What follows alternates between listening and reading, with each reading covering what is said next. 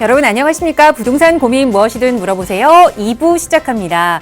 오늘은 전국이 흐린 날씨 보이면서 간혹가다 비가 좀 내리는 지역이 있네요. 추석 연휴에는 비 소식이 없긴 하지만 그 전까지는 계속해서 이렇게 비가 간간히 좀 내린다고 하니까 외출하실 때 작은 우산 하나는 꼭 챙기셔야 될 것 같아요. 1부에 이어서 2부 이 시간도요. 차윤 대표와 함께 여러분의 부동산 고민 해결해보는 시간 이어갈 겁니다. 방송 보시면서 궁금한 내용 생기시면 서울지역번호 02-2638-3970번 바로 전화 주시거나 유료 100원의 상담 문자 샵 3989번 이용하시면 친절하게 도움 드릴 거예요. 1부에 이어서 2부 이 시간도 또 여러분의 부동산 고민 해결해 주실 고민 해결사 바로 소개해 드리도록 하겠습니다. 주식회사 차원부동산투자연구소의 차윤원 대표 함께하고 계세요. 대표님 2부도 상담 잘 부탁드립니다. 네, 안녕하세요.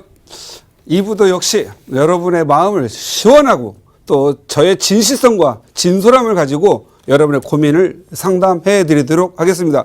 전화 많이 주시기 바랍니다. 네, 대표님의 진정성 담긴 상담은 원체 유명하지요. 여러분의 상황에 맞는 상담 필요하시다면 나가고 있는 전화 이용하시거나 유료 100원의 상담 문자 이용하시면 친절하게 대표님의 도움 드릴 거고요. 1부에 이어서 2부 이 시간도 먼저 꼭꼭박사의 강의 시간부터 진행해 보도록 하겠습니다. 전월세 신고제, 과연 이게 시행이 되면 어떤 사람들이 좀 좋고 또 어떤 사람들이 피해를 볼까? 이 이야기들을 참 많이 하시는 것 같아요. 부동산 시장에 어떤 영향을 끼치게 될지 대표님 지금부터 또 바로 전해 주실까요? 네, 지금 현재 전월세 신고제가 발의되었습니다. 지난 시간에 이어서 2부 시작하도록 하겠습니다. 전월세 신고제 2부. 사실상 전월세 신고제는 사실상 전월세 실명제이다. 이에 대비하라. 지금 현재 전월세 신고제의 영향이 단순히 볼 게 아니고 영향이 좀 많이 미칠 걸로 보는 거고 여러 가지로 만들어질 개연성이 있습니다. 만약에 이제 전월세 신고제 하고 나면 결국은 지금 현재 장기 또는 우리 준공공 임대에서 적용하고 있는 임차료 또는 임대료 상한제를 또 시행할 수도 있고 정부가 일률적으로 5%만 올려라든가 그런 규제도 있을 수는 있습니다. 그렇지만 우리가 좀 더 큰 걸 봐야 되고 내 부동산에 미치는 영향 그리고 부동산이 없는 분들은 어떻게 이 부동산 시장이 흘러갈 건지를 맞춰보면서 또 우리가 예측해 볼 필요가 있습니다. 제가 오늘 신고제가 이제 지금 지난주 발의가 됐기 때문에 이게 올 연말 정도 통과를 할지 안 할지는 모릅니다. 또 통과한다 하더라도 시행 여부는 또 국민의 의견을 듣고 할 건지 즉시 시행할 건지 모릅니다. 다만 이러한 게 진행이 된다라면 우리는 어떠한 대비를 해야 되는 거지 그리고 어떠한 영향이 미칠 건지를 알아야 되기 때문에 그냥 좀 상식에 가깝게 좀 고민해보자는 그런 취지로 다뤄봤습니다. 과연 전월세 신고제의 영향은 어떻게 미칠까? 저는 크게 한 5가지만 좀 요약을 해보았습니다.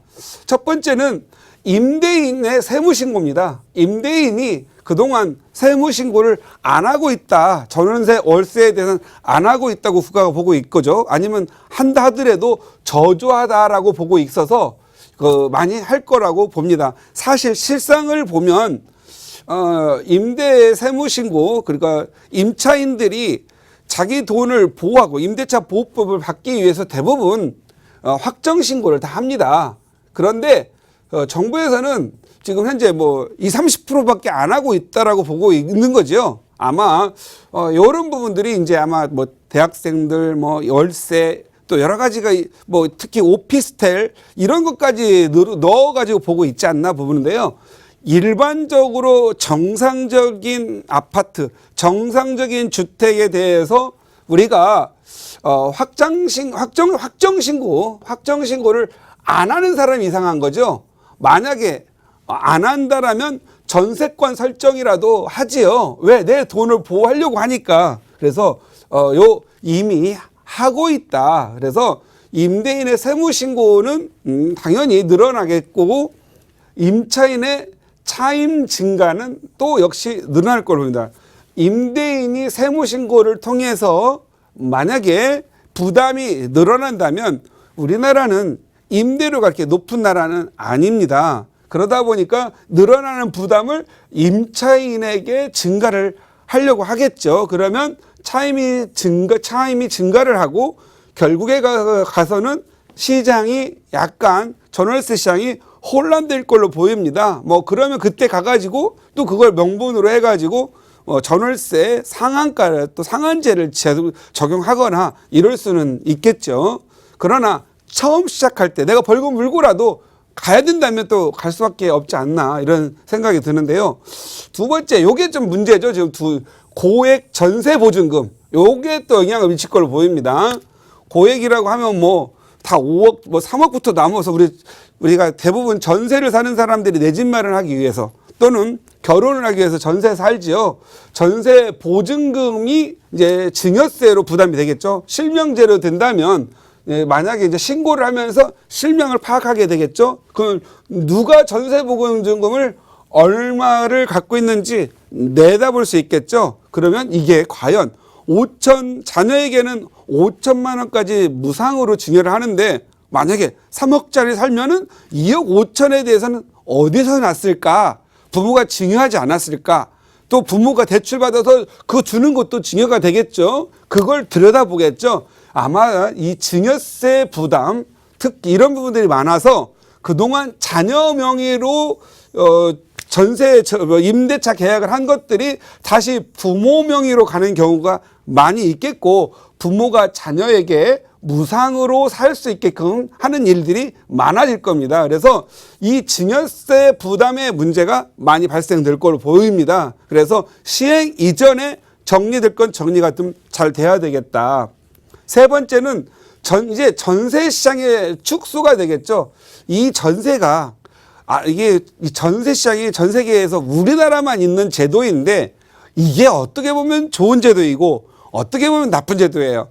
우리가 돈을 벌어서 다 모아가지고 내 집을 살려면 힘들죠. 그래서 갭 투자해서 전세로 좀 끼웠다가 사가지고 또 이 가격이 오르면 팔고 좀 헐한 그러한 내 집 마련을 할 수가 있는데 반대로 있는 사람들이 갭 투자를 많이 해서 전횡을 부려가지고 투기를 일으키는 그러한 참 나쁜 판도라 상자 같은 그런 부분이죠. 그러나 전세 시장이 반드시 나쁜 면은 아니다. 왜냐하면 내가 이동에 따라서 내가 살고 싶고 내가 갖고 싶은 집은 어디에 두고 그 다음에 그걸 전세를 놔서 또 전세를 가게 되면 좋은 그런 부분이죠. 만약에 이 전세가 없다면 어떻게 해야 돼요? 다 무언가 월세를 해야 되겠죠. 월세를 살거나 뭐 보증금 없이 렌트로 살아야 되겠죠. 서민들의 부담은 더 가중됩니다. 그래서 더 지갑이 그동안 주택 마련이라든가 이런 부분보다는 오히려 월세로 나가는 비용이 높아져서